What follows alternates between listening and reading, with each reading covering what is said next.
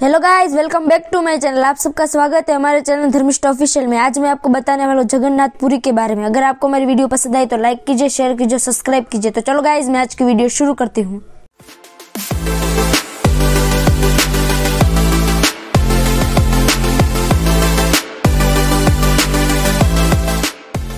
हिंदू धार्मिक मान्यताओं में आपको 4 धामों की यात्रा शब्द कई बार सुनने में आया होगा। आज हम हिंदू धर्म के वर्णित 4 धामों में से एक धाम जगन्नाथ पुरी के बारे में आपको विस्तार से बताएंगे। जगन्नाथ मंदिर उड़ीसा राज्य के एक स्थान पुरी में स्थित है।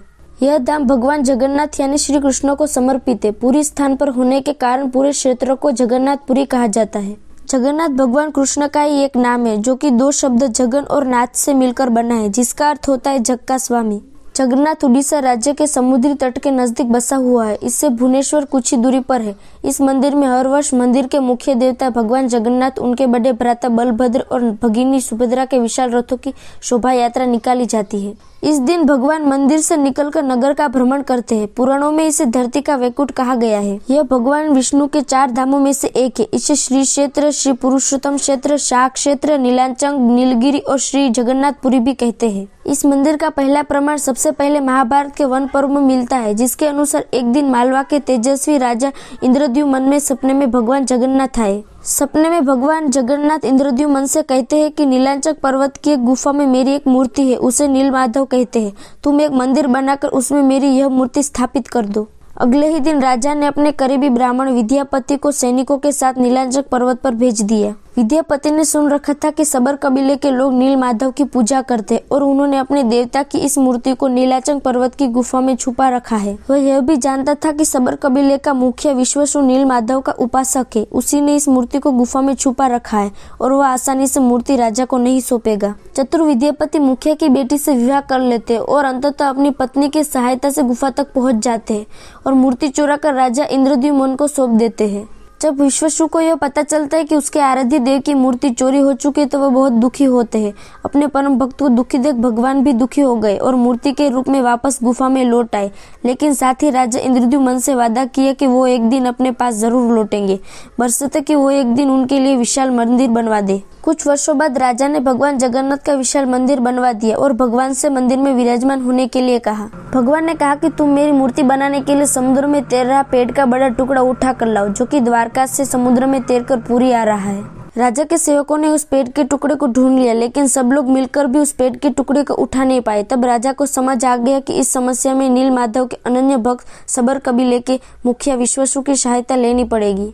सब उस वक्त हैरान रह गए जब विश्वासु अकेले भारी भरकम लकड़ी को उठाकर मंदिर तक ले आए। इसके बाद बारी है लकड़ी से भगवान की मूर्ति गढ़ने की, लेकिन नगर से कोई भी कारीगर लाखों कोशिश के बाद भी लकड़ी को कोई तराश नहीं पाया। इसके बाद एक बूढ़े कारीगर के वेश में भगवान विश्वकर्मा प्रकट हुए और राजा के समक्ष आकर कहा कि वह मूर्ति बना तो सकते हैं, लेकिन उनकी एक शर्त है। उन्होंने अपनी शर्त रखी कि 21 दिन तक वह मूर्ति बनाने का कार्य करेंगे। मूर्ति बनाने के दौरान उनके समीप कोई भी नहीं होना चाहिए। राजा ने यह शर्त भी मान ली। इसके बाद बंद कमरे में लोगों को आरी, छेनी और हथौड़ी की आवाजें आती रही। इसी बीच राजा की पत्नी गुडीचा भी बंद कमरे के निकट पहुंची, लेकिन गुडीचा को कोई भी आवाज नहीं सुनाई दी। गुडीचा का यह आशंका हुई कि क्या कारीगर मर तो नहीं गया। रानी ने यह वृत्तांत राजा को सुनाया। अंदर से कोई आवाज सुनाई नहीं दे रही थी, तो राजा को भी ऐसा ही लगा कि सभी शर्तों को, चेतावनियों को दरकिनार करते हुए राजा ने कमरे का दरवाजा खोलने का आदेश दिया। जैसे ही कमरे का द्वार खोला गया, वहाँ कोई भी मौजूद नहीं था। वहीं 3 अधूरी मूर्तियां मिली। भगवान नीलमाधव और उनके भाई के छोटे छोटे हाथ बने थे, लेकिन उनकी टांगे ही नहीं बनी थी, जबकि सुभद्रा के हाथ पांव बना ही नहीं गए थे। राजा समझ गए कि वह बूढ़ा आदमी अब कभी भी नहीं आएगा।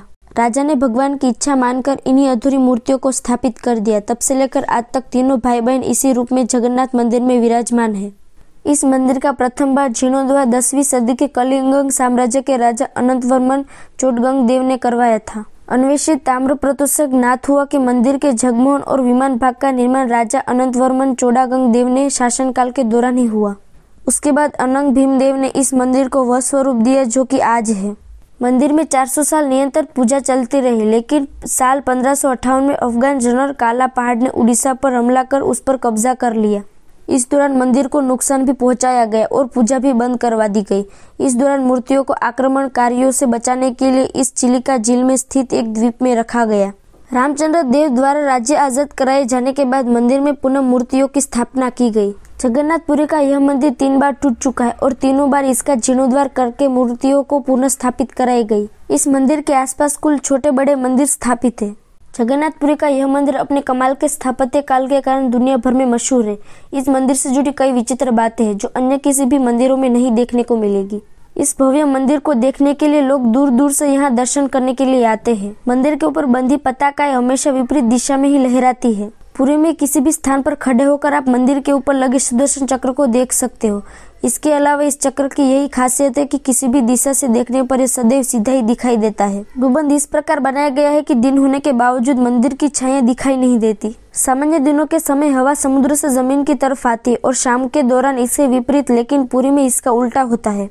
इस मंदिर में दुनिया का सबसे बड़ा रसोई घर भी है जिसका उपयोग प्रसाद बनाने के लिए किया जाता है। प्रसाद एक 7 बड़े मिट्टी के बर्तनों में एक के ऊपर एक रखकर बनाया जाता है। ईंधन के रूप में यहाँ लकड़ी का इस्तेमाल किया जाता है। इस प्रक्रिया में शीर्ष बर्तन में सामग्री पहले पकती है, फिर क्रमशः नीचे की तरफ एक के बाद एक पकती है।